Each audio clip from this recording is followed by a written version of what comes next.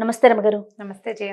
రమగారు, సాధారణంగా మాట్లాడుకునేటప్పుడు బీరకాయ పీచు చుట్టరికాలు, అయితే ఎక్కడో దూరపు చుట్టరికాలు ఇట్లాంటి మాటలు వింటుంటాం కదా. అసలు బీరకాయ పీచు చుట్టరికాలు ఏంటండి? అసలు ఆ మాట ఎందుకు వచ్చింది? దీని వెనకాల ఏమన్నా కథా కమామిషి ఏమైనా ఉన్నాయా? కథలు ఏముంటాయి? బీరకాయ పీచు అంటే మన అమ్మమ్మ చెల్లెలు, అమ్మమ్మ చెల్లెలు కూతురు కొడుకు వాళ్ళంతా మనకి పిన్నులు మామయ్యలు అవుతారు కదా. వాళ్ళ ఆడబడుచులు, అమ్మమ్మ చెల్లెలు కూతురు ఆడబడుచు బావ తోడుకోడలు, ఎంత దూరం పోయింది, ఎక్కడికెక్కడికో వెళ్తుంది. కానీ వీళ్ళంతా మనకు తెలిసే ఉంటారు. వీళ్ళంతా మనకు తెలిసే ఉంటారు. ఏవో పెళ్ళిళ్ళకి వెళ్తాము, వీళ్ళు అంతా వస్తారు. ఓ నూటే చిన్నప్పుడు ఇంత ఉండేదానివి అంటుంటారు. వీళ్ళంతా మనకు తెలుసు. ఇప్పుడు ఇదివరకట్లాగా ఏంటంటే మనం గుంపులతో బాగా పెళ్లిళ్ళలో కలిసేటప్పుడు అందరినీ చుట్టాలు, మా వైపు బలగం చాలా పెద్దది. బలగం పెద్దదంటే మన బలగానికి మన ఇంట్లో డజన్ మంది పిల్లలు ఉండడం, వీళ్ళందరికీ భార్యలు, వాళ్ళందరికీ అన్నదమ్ములు, అదే కాదు, చిన్నమ్మమ్మలు, చింతాతయ్యలు, పెద్దాతయ్యలు, మామయ్యల తోడల్లుళ్ళు, మేనత్తల తోడుకోడళ్ళు, వీళ్ళందరినీ కలుపుకునేవాళ్ళం. అదంతా పెద్ద బలగం. వాళ్ళంతా కూడా మనకు అవసరానికి సహాయాలు చేసేవాళ్ళు. ఉమ్మడి కుటుంబాలు ఉండేవి. వాళ్ళ ఇంట్లో పెళ్ళుంది అనుకో, ఒక ఇంట్లో పెళ్ళుంది, ఈ రెండో ఉమ్మడి కూడా వాళ్ళతోటి సంబంధం కలిగిన 10-12 కుటుంబాల వాళ్ళు పోయి అక్కడ పడి పనిచేసేవాళ్ళు. అవును, చుట్టరికాలు దూరం అయినా కూడా పనులు పాటలు నడిచేవి. వీళ్ళకి ఏదైనా అవసరం అయితే వాళ్ళంతా వచ్చేవాళ్ళు. ఆ ఇంట్లో బాగా పనిచేయగలిగే వాళ్ళు, సమర్థులు, కొంతమంది ఏమో ఏమంటే మేనేజ్మెంట్ స్కిల్స్ ఉన్నవాళ్ళు, ఈవెంట్ మేనేజ్మెంట్ చేయగలిగిన వాళ్ళు, పెళ్ళిళ్ళకి దగ్గరుంటే ఫలానా పెద్దబాబు, మా పెద్దక్కయ్య గారు పెద్దబ్బాయి అన్ని పనులకి బ్రహ్మాండంగా చేస్తాడు. పెద్దబాబు ఉంటే చాలా ధైర్యం, వాడు హ్యాండిల్ చేస్తాడు అన్ని రకాలు. వంట వాళ్ళని హ్యాండిల్ చేసేస్తాడు, పెళ్లి మండపాన్ని హ్యాండిల్ చేసేస్తాడు, ఏదైనా తగాదా వస్తే దాన్ని హ్యాండిల్ చేస్తాడు. ఫ్యామిలీకి ఒకరు ఉంటారు కదా అట్లా ఉంటారు కదా. అట్లా హ్యాండిల్ చేయగలిగే చుట్టాలని పట్టుకుంటాం. వాళ్ళు మనకు దూరమైనా సరే వాళ్ళతో క్లోజ్ రిలేషన్ మెయింటైన్ అవుతుంది. మా ఊరు పల్లెటూరు కదా. పల్లెటూరు అంటే కొంతమంది కజిన్స్ కలిసి ఉండేవాళ్ళం. మా అమ్మ నాన్నకి సొంత వాళ్ళు లేరు, కానీ ముత్తాత గారి కజిన్స్ మేమంతా ఒకే కుదుట్లో వాళ్ళం, ఒక చోటే ఉండేవాళ్ళం.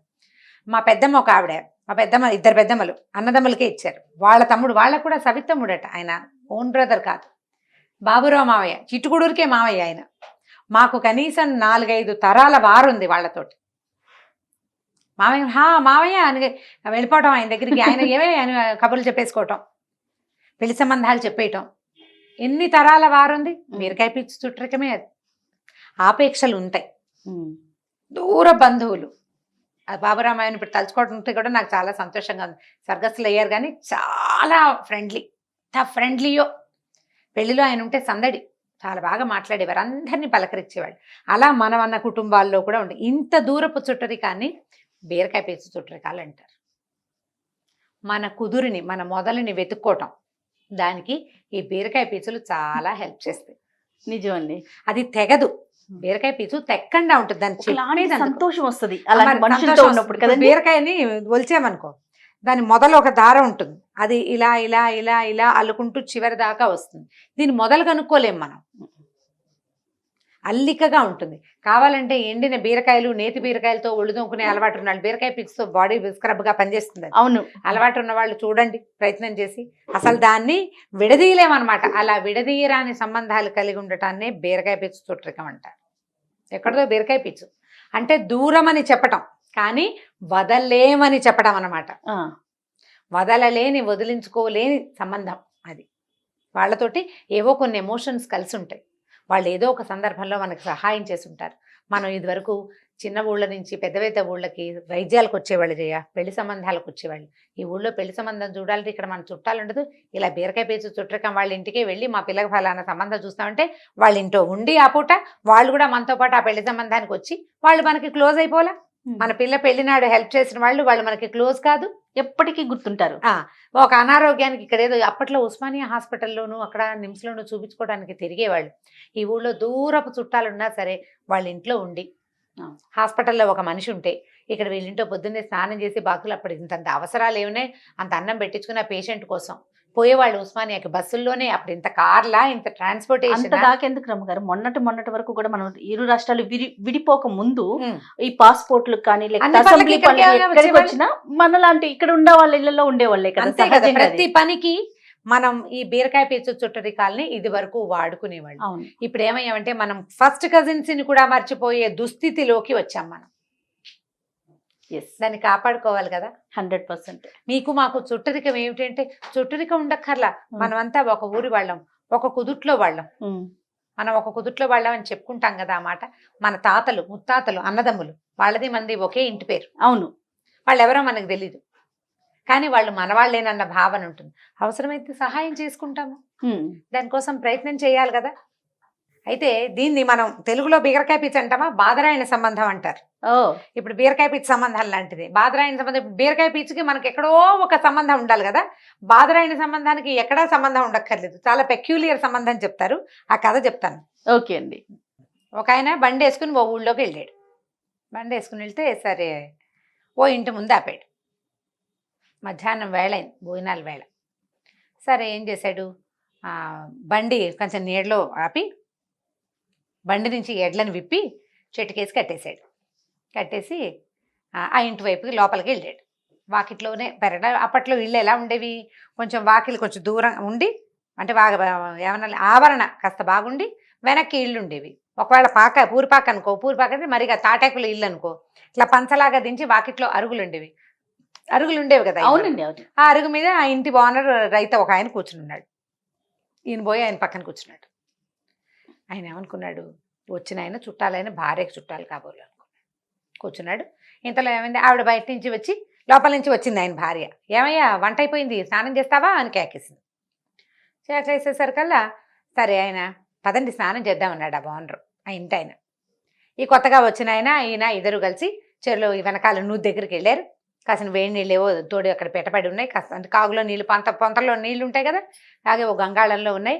చెరుకో 4 చెంబులు పోసుకున్నారు, స్నానం చేశారు. ఆయన భార్య వచ్చి ఆయనకు తువ్వాలు అందిస్తూ ఈ వచ్చిన చుట్టాలు ఆయన కూడా ఓ తువ్వాలు అందించింది. ఈయన ఒళ్ళు తడుచుకున్నాడు. ఆ అంగవస్త్రం తడిసిపోయింది కదా స్నానం చేసరికి, అది పిండి ఆ పక్కన ఆరేశాడు. భోజనానికి రండి అన్నారు. సరే ఈయన పోయి కూర్చున్నాడు. ఇద్దరు వెళ్ళారు లోపలికి. ఆవిడ 2 విస్తరాకులు వేసింది. ఆకులు, అరటాకులు, విస్తరాకులు వేసుకుని పల్లెటూళ్ళలో కంచాలు పెట్టుకునే గోలే ఉంది. చుట్టం ఎవరైనా వస్తే గబుక్కున కంచాలు పెట్టకుండా ఆకులు వేసుకునేవాళ్ళు. దొడ్లో ఏవో ఉంటాయి అరిటాకులు అవిను, లేకపోతే మర్రాకులు కుట్టుకునేవాళ్ళు, బాదం ఆకులు కుట్టుకునేవాళ్ళు, కుట్టుడాకులు విస్తళ్ళు దొరికేవి. అప్పట్లో పద్ధతులు అవే కదా. 2 ఆకులు వేసింది, అన్నం పెట్టింది, చక్కగా వడ్డం అయింది, భోజనం అయిపోయింది. భోజనం చేశారు. ఆ ఇద్దరు వచ్చి ఏదో ఆ మాట ఈ మాట, ఊళ్ళో పంటలు ఎట్లా ఉన్నాయి, ఈ ఏడాది వానలు ఎట్లా ఉన్నాయి, ఏమిటి అని సంగతి సందర్భం అన్నీ మాట్లాడుకున్నారు. వాకిట్లో వచ్చారు. అన్నం బాగా, భోజనం చాలా బాగుందమ్మా, వంట చక్కటి చెయ్యింది, ఇది ఎంతో బాగుందమ్మా అన్నాడు వచ్చిన చుట్టాలు ఆయన. బాగుంది. ఇద్దరు కలిసి వాకిట్లో వరండాలోకి వచ్చారు. మళ్ళీ ఆ వరండాలో ఉన్నాయిగా అరుగులు. సరే 2 చేపలు పరిచున్నాయి. ఈయన సగ భుక్తాయాసం, అమ్మాయి కడుపు నిండా అన్నం పెట్టిందని నడుము వలిచాడు వచ్చిన చుట్టాలు ఆయన. ఇంటి ఆయన కూడా మరి మధ్యాహ్నాలు భోజనాలు చేసి కొంచెం సలబాటు వేళ అయ్యేదాకా కాస్త నడుము వాలుస్తారు. ఈయన కూడా ఇంకో చాప మీద ఉరిగాడు. 4:30, 5 అయింది. ఇద్దరు 1 గంట అరగంట నిద్రపోయారు. కాస్త చిన్న కునుకు తీశారు. ఇంటి ఆవిడ కూడా లోపల ఎక్కడో కునికేసినట్టుంది, బయటికి రాల. ఇద్దరు లేచి కూర్చున్నారు. కొద్దిగా ఆ మాట ఈ మాట లోకాభిరామాయణం మాట్లాడుకున్నాక మరి నేను బయలుదేరతా అన్నాడు వచ్చిన చుట్టాలు ఆయన. అప్పుడు ఈయన అడిగాడు, అంటే ఎవరని అడగలేదు కానీ, జ్ఞాపకం రాలేదు కానీ, ఇంతకీ మీరు మా ఆవిడకి ఏమవుతారు అని అడిగాడు. ఈయన ఏం చెప్పాడంటే, మీ ఆవిడకి ఏమవను, మీకు ఏమవను అనేసరికి ఇంటి ఆయనకు అర్థం కాలే. ఈ ఏమీ అవ్వని వాడు మన వాకిట్లో కూర్చున్నాడు, మన పరెట్టో స్నానం చేశాడు, నువ్వు దగ్గర ఇంటి ఆవిడ పొట్టిస్తే తినేశాడు, మధ్యాహ్నం చాప మీద కునికేశాడు, ఎండవేళప్పుడు వచ్చింది చూడటం. మీరెవరు ఏమిటని అడగకూడదు, అట్లా రండి భోజనానికి అనాలి, భోజనం చేసేయాలి. మీ దొడ్లో మంచి రేగి చెట్టు ఉంది కదా అన్నాడు. అవునండి, మీ ఇంట్లో రేగి చెట్టు ఉంది, నా బండి చక్రాలు రేగి చెట్టు చెక్కతోటి చేశాం. అలాగా మీకు నాకు బాదరాయణ సంబంధం ఉందండి అన్నాడు. బదరి వృక్షం అంటే రేగు చెట్టు. రేగు చెట్టు చెక్కతోటి బండి చక్రాలకి మధ్యలో ఇరుసులు వేస్తారు. మీకు నాకు బాదరాయణ సంబంధం ఉంది. మధ్యాహ్నం భోజనాలు వేళకు వచ్చాను, చక్కగా అన్నం పెట్టారు, అన్నదాత సుఖీభవ, వెళ్లే దారిలో ఎప్పుడైనా అవకాశం ఉంటే సావకాశంగా మళ్ళీ కలుసుకుందాం, వెళ్ళొస్తానన్నాడు. ఆయన నిర్ఘాంతపోయి చూస్తూనే ఉన్నాడు. ఈ బాదరాయణ సంబంధం పెద్ద మనిషి బండికి ఎడ్లు కట్టాడు, వెళ్ళొస్తాను నమస్కారం అని వెళ్ళిపోయాడు. చాలా బాగుంది. మనకి సంబంధం ఉండాలే కానీ, మనం ఉంచాలని అనుకోవాలి కానీ, ఏ చిన్నదాన్నైనా కలుపుకోవచ్చు. చూడండి అసలు మన తాత ముత్తాతల నాటి కజిన్స్ కూడా, ఇప్పుడు నేను ఏ అమెరికావో ఆఫ్రికావో వెళ్ళాను అనుకుందాం, మా ఇంటి పేరు ఎస్టీజీ వరదాచార్యులు గారు మనవరాలని నేనని చెప్పాను. ఎస్టీజీ వాళ్ళ మాకు చుట్టాలండి అన్నాడు ఆయన. ఎవరో నేను ఆయన చుట్టం అయిపోలేదు. ఆయన మొహం, ఆయన మా తాతగారి మొహం కూడా చూసుంటాడు. అవును, తాతగారి మొహం కూడా చూసి ఉండకపోవచ్చు, మేము ఎవరమో ఆయనకి తెలుసు, కానీ ఆ పేరు ఆయనకి తెలుసు. పలానా ఇంటి పేరు అని చెప్తే చాలు కదా మనకి. ఏ ఊరు, ఎక్కడ, ఏమిటి, ఓహో ఆ వైపు అండి, అలాగా మేము ఎస్టీజీ వాళ్ళవేనండి. ఆయన మేము కనీసం 20 తరాల గ్యాప్ ఉంటుంది. ఇంటి పేర్లు మారవు కదా, మనం ఒకటి. ఎస్టీజీ ఇంట్లో పుట్టిన ఆడపిల్లలు వేరే సంబంధాలు చేసుకున్నప్పటికీ ఆ ఎస్టీజీలో ఉండే వాళ్ళకి తప్పకుండా అక్క చెల్లెళ్ళు మేనత్తలు అవ్వాల్సిందే కదా. అంతేగా, రక్త సంబంధం ఉన్నట్టే కదా ఎంతో కొంత. దాన్నే బీరకాయ పీచు చుట్టరికం అంటారు. బాగుంది. మన వాళ్ళని వీళ్ళు మన వాళ్ళు అని భావించటమే చాలా ప్రధానమైనది జయ. ఇప్పుడు మనం దాన్ని కోల్పోయాం. అవును, ఈ కథకి బాదరాయణ సంబంధానికి బీరకాయ పీచు చుట్టరికానికి పెద్ద సంబంధం లేదు. నువ్వు వదిలిపెట్టేదలుచుకుంటే పక్కన ఉన్నదాన్ని కూడా కట్ చేసి పారేస్తావు. వాడెవడో నేనెవడో అంటావు. నువ్వు పట్టుకోదలిస్తే సంబంధికుల్ని వదిలేస్తున్నావు. నువ్వు పట్టుకోవాలనుకుంటే ఇట్లా మీ ఇంట్లో రేగు చెట్టు ఉంది, మా బండికి ఉన్న కర్రలు రేగు చెక్కవే, కాబట్టి నీకు నాకు బాదరాయణ సంబంధం ఉందని సంబంధాన్ని కలుపుకోవచ్చు. మనుషుల్ని కలుపుకుని పోవాలి. మన తత్వాన్ని బట్టి, మన మనసును బట్టి ఆధారపడి ఉంటుంది. కలుపుకుపోవాలి. అప్పుడే మనిషి సంఘజీవిగా ఉంటాడు. ఇతరులు మనకి సహాయం చేస్తారు, మనం ఒకరికి సహాయపడగలుగుతాం, మనకి మనుషులు ఉంటారు. మనం ఎప్పుడూ ఒంటరి వాళ్ళం కాం. దూరపు చుట్టరికాన్ని పురస్కరించుకునైనా ఒక్కసారి హలో అంటాం. నేను ఫలానా, ఇప్పుడు నేను నా పరిచయం నేను ఎలా చేసుకుంటాను, నేను రమారావి అని యూట్యూబ్లో చెప్పినట్టు చెప్తానా? చెప్పను. ఫలానా రామూర్తి గారి కోడలని చెప్పుకుంటాను, మా మామగారి పేరు చెప్పుకుంటాను, లేదా మా తాతగారి పేరు చెప్తాను. చెప్పుకోవాలి కదా, నేను వాళ్ళ కోడలనండి లేదా వీళ్ళ అమ్మాయినండి అని చెప్పాలి కదా. ఎవరైనా అంతేగా. ఇటో అటో ఏదో రెండూ చెప్పుకోవాలి.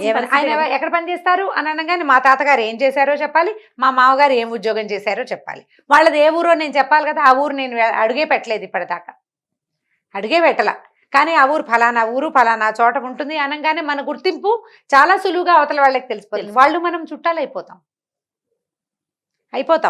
చుట్టాలైపోయేందుకు ప్రయత్నం చేయండి అమ్మా. ఫేస్బుక్లో స్నేహాలతో పాటుగా అవి చేస్తున్నాం మనం. సోషల్ మీడియాలో స్నేహాలు విపరీతంగా ఇతోధికంగా చేస్తున్నాం. దాంతోపాటు మన చుట్టరికాలు, మన బాంధవ్యాలు, మన వాళ్ళని కూడా కలుపుకొని ముందుకెళ్ళండి జీవితంలో. మన వాళ్ళు మనతో సరిగ్గా ఉండరు కాబట్టి మేము మా చుట్టాలతో చాలా తలకాయ నొప్పులండి, మేము ఫ్రెండ్షిప్ చేస్తాం, ఫ్రెండ్సే అని చెప్పేవాళ్ళు కూడా ఉంటారు కొంతమంది. అందరూ ఒకలా ఎలా ఉంటారు? ఫ్రెండ్స్లో మాత్రం దుర్మార్గులు, విసిగిచ్చేవాళ్ళు, తలకాయ నొప్పి పెట్టించేవాళ్ళు ఉంటారు. అక్కడ కూడా ఎక్కడైనా ఉంటుంది. ముందు మనము అనే దాన్ని, మన గ్రూపుని ఉంచుకోవాలి, మన వాళ్ళని మనతో పాటు ఉంచుకోవాలి. వాళ్ళకి హలో అని చెప్పగలిగే అంత మాత్రం అయినా నేను ఫలానా వాళ్ళని, మేము ఫలానా వాళ్ళం, ఫలానా ఊరి వాళ్ళం అని చెప్పుకోవాలంటే మన మొదళ్ళు మనకి తెలియాలి. అది తెలుసుకోండి. అప్పుడు ఎంత బీరకాయ పీచు చుట్టరికమైనా వాళ్ళతో మనకి కొంత రేపో ఏర్పడుతుంది, ఎంతో కొంత. సత్సంబంధాలు కొనసాగుతాయి. రైట్ రామ్ గారు, నమస్తే జయ. ఈ వీడియో కనుక మీకు నచ్చినట్లయితే లైక్ చేయండి, షేర్ చేయండి. మరిన్ని వీడియోస్ కోసం మా ఛానల్ని సబ్స్క్రైబ్ చేసుకోండి.